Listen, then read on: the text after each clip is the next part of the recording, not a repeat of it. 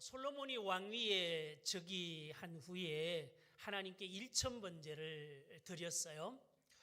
그랬더니 하나님께서 밤에 솔로몬의 꿈에 찾아오셨어요. 그리고 꿈에 솔로몬에게 이런 질문을 하셨어요.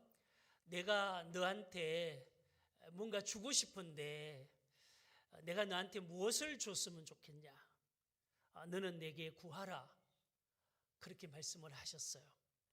솔로몬은 꿈에서지만 차분하게 하나님께 이렇게 대답을 했어요. 다윗 아버지 다윗의 믿음으로 말미암아 그리고 하나님의 은혜로 제가 지금 이 왕의 자리에 오르게 되었던 것을 저는 인정하고 감사합니다. 그러면서 이렇게 요청을 했어요. 듣는 마음을 종에게 주사 주의 백성을 재판하여 선악을 분별하게 하옵소서. 이 요청을 했어요. 그랬더니 하나님께서 이 솔로몬의 요청에 대해서 이렇게 대답을 했습니다. 자막 띄울 수 있나요? 열왕기상 3장 12절 말씀 한번 띄워주시죠. 자, 같이 읽겠습니다. 시작. 내가 내 말대로 하여 내게 지혜롭고 총명한 마음을 주노니 내 앞에도 너와 같은 자가 없었거니와 내 뒤에도 너와 같은 자가 없으리라. 아멘. 이렇게 말씀을 응답을 해 주셨어요. 안 주시겠다는 얘기예요? 구하는 대로 주시겠다는 얘기예요? 그럼요. 주시겠다는 얘기도. 주시는데 그냥 시시하게 주시지 않고 네 전에도 이렇게 응답받은 사람이 없었고 앞으로도 이런 응답받을 사람이 없을 정도로 주시겠다고 하나님께서 확실하게 약속을 하시고 응답을 하셨어요. 여러분, 성경의 역사를 보면 하나님은 되게 재미있으신 분이에요. 하나님은 어떤 분인가 하면 구하는 대로 주시는 하나님이었다는 거죠. 구하는 대로 주셨다라는 거죠. 자, 그러면 제가 여러분에게 이런 질문을 한번 드리고 싶어요. 2024년을 시작해서 첫 주일 예배를 드리는 저와 여러분들은 오늘 저녁에라도 하나님께서 꿈에 솔로몬에게 찾아오셨듯이 찾아오셔서 솔로몬에게 했던 그 말씀을 똑같이 질문하신다면 너는 내게 구하라. 내가 너한테 무엇을 주기를 원하느냐? 그러시면 여러분은 무슨 대답을 하시겠어요? 제가 그 전에 대신방을 할 때 신방을 가면 그 가정을 위해서 하나님께 예배드리고 축복하는 거잖아요. 대신방이. 그래서 제가 물어요. 기도 제목이 특별한 기도 제목이 있으세요? 하고 물으면 제 경험적으로 기억에 거의 99%가 이런 얘기를 해요. 우리 가족들 다 건강하고 무탈하고 하고자 하는 일들 다 잘 되었으면 좋겠습니다.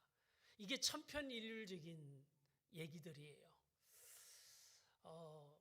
뭐 기도 제목 얘기하라고 해서 했으니까 제가 듣고 기도는 해주지만 속으로는 조금 아쉬움도 있고 좀 실망스럽기도 해요.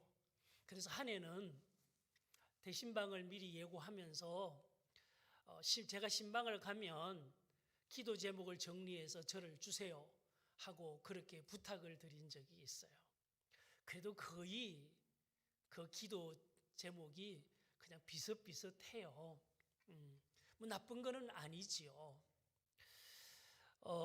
여러분 한번 좀 하나님께서 들으시고도 그래 이거는 꼭 내가 줘야 되겠다.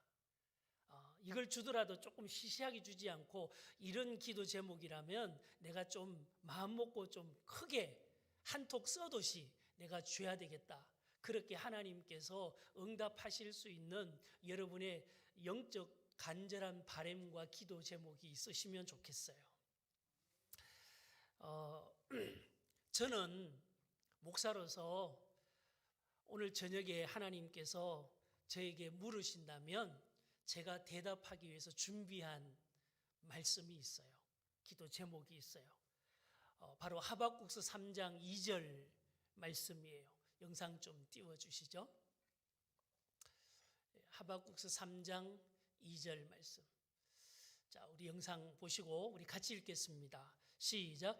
여호와여, 내가 주께 대한 소문을 듣고 놀랐나이다. 여호와여, 주는 주의 일을 이 수년 내에 부흥하게 하옵소서. 이 수년 내에 나타내시옵소서. 진노 중에라도 긍휼을 잊지 마옵소서. 아멘. 저는 이 구절의 내용 중에 한마디로 하나님, 올 한 해는 하나님의 일이 제 삶에서 부흥되게 하여 주시옵소서. 제가 드리고 싶은 기도고 1년 동안 하나님 앞에 드리고 소망할 기도 제목이에요. 부흥하게 하옵소서.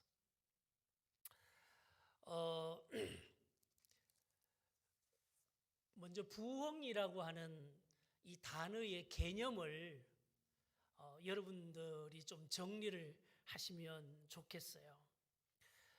부흥이라는 단어는 성장이라는 단어하고 좀 비슷한 느낌은 있지만 그 개념은 완전히 달라요. 올 한 해는 성장하는 한 해가 되게 하옵소서. 그게 아니고 뭐 하게 하소서? 부흥하게 하소서. 부흥하게 하소서 하는 거예요. 한번 따라서 선포해 봅시다. 부흥하게 하소서. 그래요. 이 부흥은 단순한 성장이 아니고요, 도전의 의미가 있어요. 그 개념을 좀 더 명확하게 좀 말씀드리면, 비교해드리면, 성장이라는 말은 좀 자연적이고 점진적인 의미를 가지고 있어요. 자, 예를 들면 아이들이 태어나면 시간이 지날수록 자라가잖아요. 그렇죠? 자라가잖아요. 그런데 아이들이 키가 크고 자라가는 거를 부흥한다 그래요? 성장한다 그래요? 그렇죠. 성장한다 그러대요. 제 외손녀가 얼마 전에 한 달 전에 태어났는데, 아니 가서 보니까 막 눈에 보일 정도로 크는 것 같아요. 사진 보내는 거 보면 하루하루가 다른 거죠. 근데 여러분, 엄마들이 아기를 낳을 때 코는 어떻게 생겼으면 좋겠고, 눈은 어떻게 생겼으면 좋겠고, 키는 어땠으면 좋겠고, 그런 희망사항들이 있죠.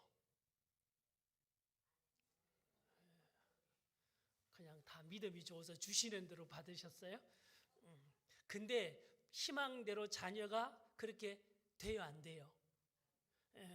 여러분, 아이들이 키가 크기를 바라잖아요. 근데 계획을 세워가지고 키 크게 한다고 막 뭐 한다고 키가 커요, 안 커요? 안 커요. 이거는 자연적인 거예요. 그리고 점진적인 거예요. 근데 키가 크는데 쑥 크면은요, 그거 좋은 거 아니에요. 제가 고등학교 1학년 때 키가 1m 56이었어요. 반에 65명 중에서 네 번째로 작았어요. 그런데 1년 만에 18cm가 컸어요. 지금 키가 1년 만에 큰 거예요. 근데 이게 좋은 게 아니더라고. 지금도 평생 후유증이 있어요. 저 허리가 안 좋아요. 그리고 관절이 안 좋아요. 이게 훅 크니까 안 좋은 거예요. 점진적으로 계속해서 차근차근 성장해 가야 되는 거예요. 이게 성장의 개념이에요. 그런데 부흥이라는 말은 그냥 자연적인 게 아니고요, 계획적이어야 되고요, 도전적인 의미가 부흥에는 담겨져 있어요. 자, 예를 들면 여러분, 1960년대 70년대에 박정희 대통령 시절에 우리 대한민국이 꿈을 가지고 그리고 계획을 세워서 전 국민이 미친 듯이 도전했던 목표가 있었고 슬로건이 있었어요. 그게 뭔가 하면 경제개발 5개년 계획이에요. 젊은 사람들은 모르겠지만 여러분 아시죠? 우리도 그때는 꿈이 있었어요. 입만 열면 매스컴에서 하는 말, 그리고 정치 지도자들 하는 말이 하는 말이 이 말이었어요. 우리도 한번 잘 살아보세요. 그러면서 그냥 잘 사는 희망만 가진 게 아니고 어떻게 하면 수출을 늘리고 어떻게 하면 잘 살 수 있을까? 그래서 계획을 세웠어요. 대통령을 중심으로 해서 온 나라가 계획을 세워서 경제개발 5개년 계획, 1차 5개년 계획, 2차 5개년 계획, 3차 5개년 계획을 했어요. 미친 듯이 일을 했어요. 그래서 그 계획을 우리가 도전했잖아요. 어느 정도로 했을까요? 그때는 제가 국민학생이었어요. 근데 국민학교 학생들조차도 동네마다 새마을 조직이 되어 있었어요. 그리고는 일주일에 한 번씩 동네 애들이 학생들이 다 나와서 골목도 쓸고 청소도 하고 뭐 얼마나 애를 썼냐. 아침에 눈 뜨면 온 동네 전국에 방송이 나가죠. 노래가 나가죠. 뭐죠? 우리도 한번 잘 살아보세. 새마을 운동 노래가 나가고 막 난리도 아니었어요. 미친 듯이 했어요. 그래서 결과적으로는 우리 대한민국이 지금 세계 10대 선진국 안에, 지금 와서는 6대 선진국 안에 들었다고 자부할 정도로 우리나라가 선진국이 됐잖아요. 잘 살잖아요. 뭐 기분 나쁘세요? 얼마나 우리가 잘 사는지 몰라요. 제가 미국도 가보고 일본도 가보고 유럽도 가봤는데 사실은 부러운 나라가 없어요. 일본도 제가 가봤는데 일본도 안 부러워요. 자랑할 게 너무 많아요. 우리나라가 이렇게 잘 살게 됐어요. 그래서 결과적으로는 이런 한국의 경제적인 이 놀라운 변화를 한강의 기적이라고도 말을 해요. 그리고 이제는 대한민국의 경제가 성장했다고 말을 하지 않고 대한민국 경제가 뭐 했다고 그래요? 그렇지. 부흥했다고 하는 거예요. 부흥했다고 하는 거죠. 어떻게 그냥 나라가 열심히 그냥 살다 보니까 점점 좋아졌다. 그게 아니고 기적 같은 변화가 일어난 거예요. 그게 부흥이에요. 여러분, 하박국 선지자는 주의 일이 성장하게 하옵소서 하지 않고 뭐 하라고 그래요? 부흥하게 하옵소서 그런 거죠. 여러분, 이 부흥에는 세 가지 개념이 반드시 있어요. 첫째는 계획을 가슴에 품어야 돼요. 뜻이 있어야 돼요. 저는 우리 청년들이나 학생들을 만나서 얘기할 기회가 있으면 너 앞으로 이루고자 하는 꿈이 뭐니? 하고 물어요. 그런데 제가 만났던 친구들 제 기억에는 90% 이상이 몰라요. 꿈이 없어요. 여러분, 그냥 어떻게 하다 보니까 잘 되기를 바라는 것은 요행이에요. 믿음은 그런 게 아니에요. 여러분, 꿈을 가슴에 품고 계획을 품고 뜻을 품고 믿음으로 도전하시기를 축복해요. 그래서 최선을 다해서 도전하는 거예요. 여러분, 성경에 보면 하나님께서 가만히 있는 자에게 운명을 바꿔주시지 않아요. 하나님의 말씀을 믿고 도전할 때 하나님이 역사하시는 거예요. 이게 믿음의 진리예요. 여러분, 이스라엘 백성들이 홍해 앞에서 두려워가지고 떨고 있을 때 홍해가 갈라지지 않았어요. 하나님께서는 모세에게 네가 손에 들고 있는 지팡이를 들어라. 그리고 지팡이를 들고 바다를 향해서 손을 내밀어라. 하나님의 말씀대로 순종으로 도전했을 때 하나님이 바람을 일으키시고 바다가 갈라지게 하셨어요.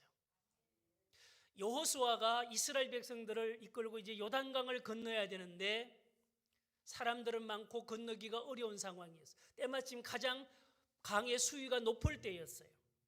그런데 하나님께서 여호수아에게 이렇게 명령하시죠. 제사장들에게 법궤를 어깨에 매게 해라. 그리고 그 제사장들로 하여금 강물에 발을 딛게 해라. 강물이 갈라져서 들어간 게 아니에요. 하나님의 말씀대로 강은 여전히 흐르고 있는데도 불구하고 순종해서 믿음으로 도전해서 법궤를 메고 강에 들어섰더니 강이 멈추고 길이 생긴 거예요. 여러분, 이게 믿음의 원리예요. 여러분, 내가 하나님을 믿고 교회에서 신앙생활하고 예배드리고 주일을 빠지지 않고 하니까 하나님이 언젠가는 잘해주시겠지, 요행을 기다리듯이 믿음 생활하지 마시고 하나님께서 물으세요. 내가 너한테 뭘 해주기를 원하니? 뜻이 있는 사람은 기다렸다는 뜻이, 하나님, 저는 이걸 하고 싶고요, 이걸 해드리고 싶고요, 이걸 하나님 앞에 이루고 싶습니다. 준비된 답을 드리고, 그리고 하나님께서 주시는 말씀에 대한 응답을 받으셔서 믿음으로 도전하시기를 축복해요. 그러고 나면, 도전하고 나면 믿음의 결과는 항상 기적처럼 성공하게 하신다는 거죠. 그래서 이 부흥이라는 개념에는 뜻을 품고 믿음으로 도전해서 세 번째 결과가 기적처럼 성공하는 것이 부흥이에요. 여러분, 하박국 선지자는 이 부흥을 하나님 앞에 기도한 거죠. 성장하게 하옵소서가 아니고 부흥하게 하옵소서.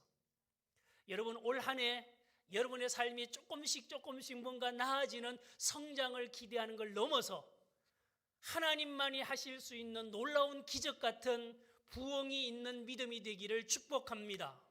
저는 우리 교회도 어쩌면 지금까지 이곳에서 8년 동안 성장을 기대했던 믿음이었다고 저는 생각을 해요. 부끄러워요. 이제는 하나님 앞에 제가 이제 단호하게 좀 심각하게 표현드리면, 하나님, 저 이제 죽기 아니면 살기입니다. 하나님, 이제는 부흥을 이루게 하여 주시옵소서. 제가 하나님 앞에 뜻을 정했어요. 여러분, 이거 아십니까? 성경에 보면, 성경의 역사를 보면 하나님은 이 기적 같은 부흥의 역사를 반드시 사람을 통해서 이루셨다는 점. 하나님 혼자 하신 적이 없어요. 반드시 사람을 통해서 역사하셨어요. 여러분, 2024년 한 해 하나님의 부흥의 역사를 주도해가는 바로 그 믿음의 사람들이 되시기를 축복합니다. 오늘 설교 제목을 완전한 부흥을 위한 솔루션, 그렇게 제목을 정했어요. 제가 영어를 잘해서 영어를 쓴 건 아니고요, 여러분께 좀 더 주목하고 집중하실 게 도움이 되지 않을까 하고 그렇게 한번 해본 거예요. 근데 이 솔루션이라는 단어를, 영어 단어를 한국말로 바꾸면 해결책, 좀 더 강조하면 비법, 그런 말이에요. 하나님의 완전한 부흥을 위한 믿음의 비법이 뭐냐, 부흥을 이루기 위한 해결책이 뭐냐 하는 것을 함께 말씀을 나누기를 원해요. 자, 그러면 여러분, 먼저 하나님의 이 신비하고도 기적 같은 부흥을 주도하기 위해서는 우리가 꼭 주목해야 될 하나님의 말씀이 있어요.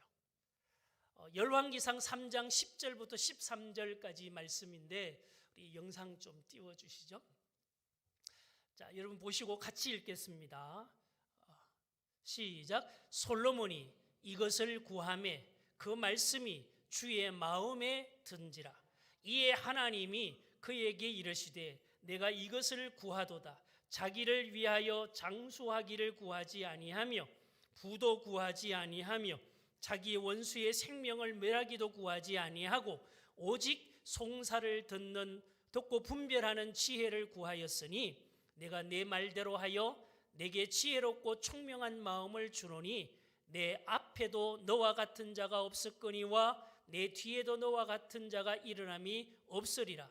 내가 또 네가 구하지 아니한 부귀와 영광도 내게 주노니 내 평생에 왕들 중에 너와 같은 자가 없을 것이라. 아멘. 이 구절들, 하나님께서 솔로몬에게 응답하시고 약속하신 이 말씀 중에서 특별히 두 가지 내용을 여러분께 좀 강조드리고 싶어요. 첫 번째는 뭔가 하면 하나님의 마음에 든지라. 솔로몬이 하나님 앞에 기도하고 구한 내용이 누구 마음에 들었다? 하나님 마음에 들었다는 얘기예요. 이게 중요해요. 이거를 좀 다른 말로 하면 하나님이 감동하셨다. 이런 얘기죠. 하나님이 감동하셨다. 여러분, 감동이 굉장히 중요한 것 같아요. 여러분, 설교를 듣고 감동하면 좋아요, 안 좋아요? 제가 이걸 미처 몰랐네요. 그래서 제가 하나님 앞에 또 기도하는 게 있어요. 하나님, 저는 좀 부족하지만요, 최선을 다해서 말씀을 준비할 테니까 설교를 듣는 분들에게, 우리 성도들에게 매주일마다 감동이 있게 하여 주시옵소서. 좀 여러분도 저 좀 위해서 기도 좀 해주세요. 제가 쑥떡같이 설교하더라도 여러분 찰떡같이 감동하시면 좋겠어요. 성령의 도우심이 있기를 구해요. 여러분, 사람도 감동을 하면 주머니가 열리는 거 아십니까? 주머니가 열립니다. 제 자랑을 좀 할게요. 제가 송구영신 예배 끝나고 시골에 부모님께 인사드리러 갔거든요. 갔는데 제가 잘한 것도 없는데 우리 아버님이 평생 제 머리 털라고 처음으로 저한테 김 목사 이거 가져가게, 그리고 봉투를 주시는 거예요. 아버지 이거 왜 주세요? 제가 드려야지요. 아니야, 가져가. 거금이 들었어요. 또 그 다음 날 되니까 우리 어머님께서 김 목사 이거 가져가, 또 봉투를 주시는 거예요. 아니, 아버지께서 주셨는데 왜 주세요? 아니야, 김 목사는 주머니가 마르면 안 돼. 그럼 주시는 거예요. 고금이었어요. 얼마냐고는 묻지 마세요. 근데 주시는 이유 중에 하나가 뭔가 하면, 우리 어머님께서 식사를 하시면서 막 흐느끼는 목소리로 이 말씀을 하시는 거예요.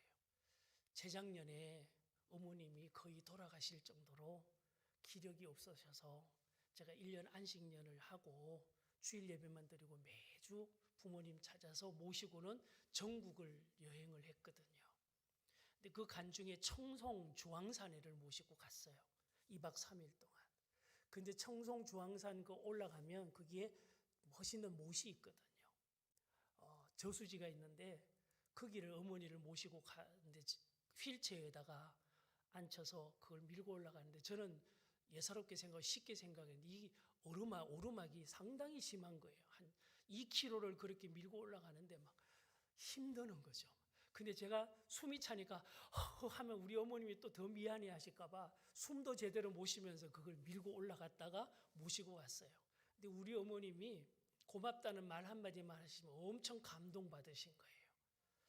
이 애미를 위해서 아들이 그렇게 고생한 걸 잊으실 수가 없는 거예요. 감동하셔가지고 그 감동이 지금 2년이 지난 지금도 남아 있으셔가지고 그렇게 하시는 거예요. 여러분, 부모님께 감동 드리시기를 바라요.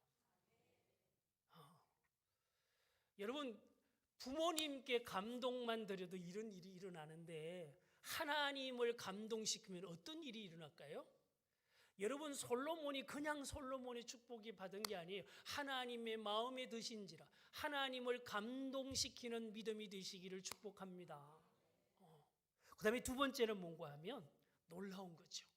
그랬더니 구하지 않은 것도 챙겨주시더라는 거죠. 듣는 마음을 주시고 지혜를 주시옵소서. 그래서 왕으로서 재판 잘하게 해주세요. 백성들의 원한을 들어주는 왕이 되게 해주세요. 그렇게 구했는데 하나님께서 그래, 너무 감동적이다 그러시면서 구하지 않은 부귀와 영광도 내가 너 챙겨줄게. 그러면서 통 크게 주셨어요.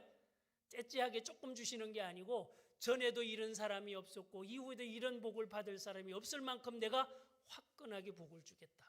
하나님이 약속하셨고 솔로몬은 그렇게 받았어요.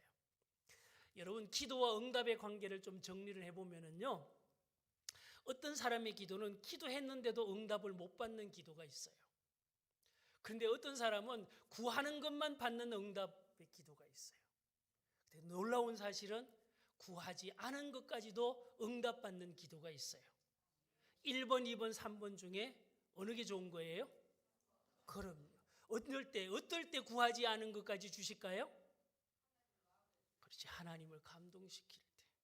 여러분 올 한 해는 우리 두 가지 슬로건을 여러분 가지시면 좋겠어요. 하나님을 웃자든지 감동시키는 한 해 되시기를 축복합니다. 예. 그리고 하나님께서 우리에게 응답해 주시려 구하는 것만 주시는 게 아니라 구하지 않은 것까지 챙겨주시는 하나님의 축복의 증인들 되시기를 주의 이름으로 축복합니다. 자, 그러면 이제 솔루션을 제시할게요.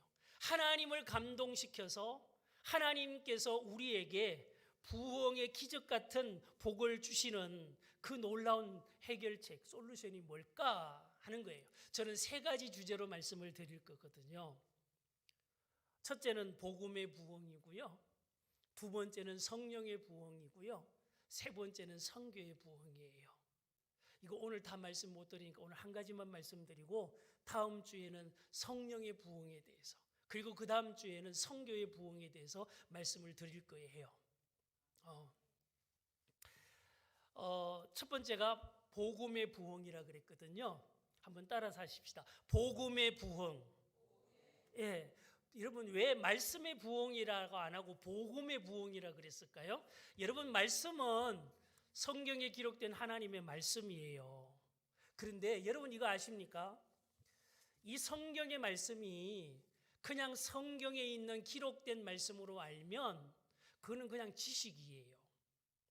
그런데 이 성경의 말씀이 내게 기쁨이 되고, 이 성경의 말씀이 내게 복이 되고, 이 성경의 말씀 때문에 내가 행복하면 이 말씀이 내게 복음이 되는 거예요. 아멘? 여러분 성경이 나하고 관계없는 성경이면 무슨 의미가 있겠어요? 우리가 예수를 믿는 가장 중요한 목적이 뭐예요? 이 하나님의 말씀이 나를 위한 말씀으로 만들어가기 위해서 예수를 믿는 거잖아요. 여러분 이 하나님의 말씀이 내게 복음이 되는 이 복음의 믿음의 부흥이 있기를 축복해요. 본문으로 좀 돌아가서 하박국의 이야기를 좀 여러분께 정리드리면, 하박국서는 여러분 보시는 대로 3장으로 구성이 돼요. 비록 비교적 짧은 책이에요. 그렇죠? 1장, 2장, 3장으로 구성이 되어 있는데 그 각 장마다 주제가 달라요. 1장은요, 하박국 선지자가 하나님 앞에 탄식하고 하나님 앞에 원망하면서 드리는 기도예요. 하나님 세상이 왜 이래요? 하나님이 살아계시다면 어떻게 이런 일들이 현실이 될 수 있어요? 그것도 하루 이틀이 아니고 어떻게 이럴 수 있어요? 하면서 하나님 앞에 따지듯이 원망하듯이 기도하는 거예요. 여러분 나후나라는 가수가 소크라테스 형이라는 노래를 발표를 했어요. 몇 년 전에 코로나로 한창 힘들 때 저는 그 공연을 TV로 보면서 이 소크라테스 형이라는 노래를 처음 들으면서 엄청 충격을 받았어요. 엄청 충격을 받았어요.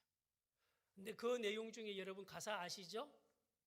테스 형, 세상이 왜 이래? 테스 형, 사랑하기가 왜 이렇게 힘들어? 그러면서 소크라테스 형, 먼저 저 세상에 가보니까 천국은 있던가요? 좀 말씀 좀 해주세요. 세상에 왜 이런지 좀 이유 좀 설명 좀 해주세요. 그런 노래잖아요. 잘 모르시는 거예요. 근데 바로 하박국서 1장이 선지자 하박국이 하나님 앞에 그렇게 외치는, 하나님 세상이 왜 이래요? 하나님이 살아계시다면 어떻게 이럴 수 있어요? 왜 삶이 이렇게 힘든가요? 왜 악인이 막 세상을 주도하고 의인들은 왜 이렇게 고난을 당해야 돼요? 그것도 하루 이틀도 아니고 희망도 보이지 않고 절망적이고, 그런데 하나님이 정말 살아계시다면 어떻게 이럴 수 있어요? 그런 기도를 드리는 거죠. 여러분 어떠세요? 여러분 살다 보면 힘들 때 있잖아요. 절망적일 때 있잖아요. 때로는 삶이 원망스러울 때가 있잖아요. 때로는 생이 이 철학적으로도 이해가 안 되고 신학적으로도 이해가 안 돼서 마음에 의심도 생기고 하나님을 믿기는 미치고 교회는 다니긴 하지만 확신이 없고 기쁨이 없어서 그저 어쩔 수 없이 교회는 다니지만 삶이 힘들고 그렇잖아요. 성경을 봐도 성경은 나하고 무관한 것 같고 설교를 들어도 전혀 감동도 없고 여러분 그래서 힘들어서 하나님 이렇게라도 믿어야 됩니까? 그러면서 여러분들이 불확실성의 믿음 속에 살아간다면 얼마나 힘들어요. 얼마나 어려워요. 근데 2장에서 하박국 2장에서는 그 기도에 대해서 하나님께서 이 선지자에게 응답해 주시는 말씀이에요. 그 응답이 두 가지거든요. 첫째는 악인들은 아무리 형통하지만 잘 되지 않는다. 하나님이 지금 눈 감고 있는 게 아니고 다 보고 계시고 판단하고 계시고 악인들에 대해서는 반드시 심판한다. 하나님이 말씀하시면서 이렇게 대답을 하셨어요. 자, 먼저 하박국서 1장 2장 우리 영상 좀 띄워주실까요? 자, 우리 같이 읽겠습니다. 시작. 여호와여, 내가 부르짖어도 주께서 듣지 아니하시니 어느 때까지이니까 내가 강포로 말미암아 외쳐도 주께서 구원하지 아니하시나이다. 여러분 기도에도 하나님이 빨리 응답 안 해주시는 것 같아서 때로는 실망도 하고 하나님이 응답 안 해주셔서 때로는 좌절도 하고 신앙적인 회의감도 느끼고 그러실 수 있어요. 근데 하나님께서 이렇게 말씀하셨어요. 하박국서 2장 3절 4절 좀 띄워주시죠. 같이 읽겠습니다. 시작. 이 묵시는 정한 때가 있나니 그 종말이 속히 이르겠고 결코 거짓되지 아니하리라. 비록 더딜지라도 기다리라. 지체되지 않고 반드시 뭐하리라? 응하리라. 보라, 그의 마음은 교만하여 그 속에 정직하지 못하나 의인은 그의 무엇으로 살리라? 믿음으로 살리라. 하나님이 말씀해 주시는 이 말씀을 딱 듣고 하박국 선지자가 한 방에 모든 고민이 해결된 거예요. 의심이 날아가 버렸어요. 불안이 사라져 버렸어요.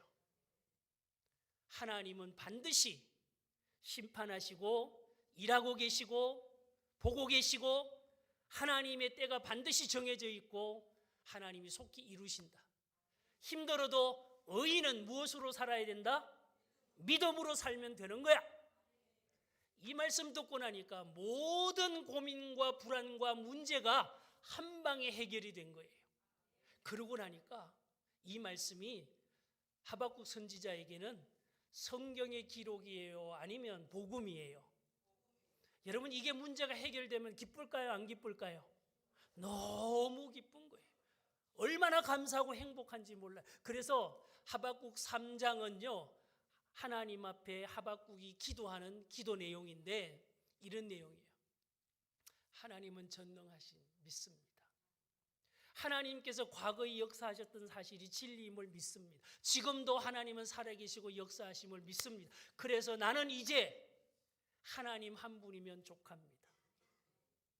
내게 어려움이 있어도 때로는 기대한 만큼 소출이 없어도 저 그것 때문에 더 이상 두려워하지 않을 거예요. 하나님 한 분으로 만족합니다. 하나님이 이제는 나의 힘이십니다. 여러분 이 고백을 하는 하박국 선지자의 마음이 불안할까요? 기쁠까요? 얼마나 기쁘겠어요. 여러분 최고 행복한 사람은요 많은 것을 가진 사람이 아니고요 확신하는 사람이에요. 나는 당신만 있으면 돼. 여러분 이런 남편이 가장 행복한 남편이에요. 아내 중에 남편에게 이것저것 바라고 불평하는 사람은 다이아 반지를 10개를 끼고 있어도 불행해요. 그런 것 없어도 나한테는 하늘 같은 당신만 있으면 돼. 여러분 이런 여자가 행복한 아내잖아요. 가장 행복한 그리스도인은 누구일까요? 하나님 왜 안 주세요? 더 주세요? 왜 안 주세요? 여러분 그게 아니고 여러분 다른 거 다 제외해놓고 저는 하나님 한 분이면 돼요. 하나님 한 분이면 돼요. 하나님 저는 하나님밖에 없어요. 여러분 이게 말씀이 복음이 되어서 부흥한 믿음의 고백이에요. 여러분 2024년에 다른 것보다도 하나님 한 분으로 내 삶의 모든 문제가 해결될 수 있는 영적 믿음의 부흥, 바로 말씀이 복음이 되는 이 믿음의 주인공이 되시기를 주의 이름으로 축복합니다. 여러분, 이것보다 귀한 것이 없어요. 그래서 여러분, 올 한 해는 뜻을 좀 세우세요. 솔로몬이 하나님께 듣는 마음을 주세요 하고 기도했잖아요.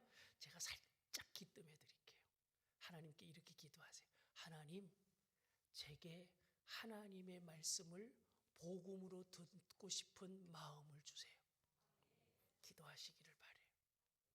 성경 말씀에 좀 집중하시고, 배울 수 있는 기회만 있다면 성경 배우는데 여러분 신천지 이런 데 찾아가지 마시고 우리 교회에서 함께 성경 말씀 읽고 성경 공부하고, 여러분 설교를 들을 때도 하나님이 내게 주시는 복음으로 들려지게 하여 주시옵소서. 여러분 기도하셔서 가장 먼저 하나님의 성경의 말씀이 나를 위한 복음으로 우리가 확신할 수 있는 복음의 부흥의 주인공 되시기를 주의 이름으로 축복합니다.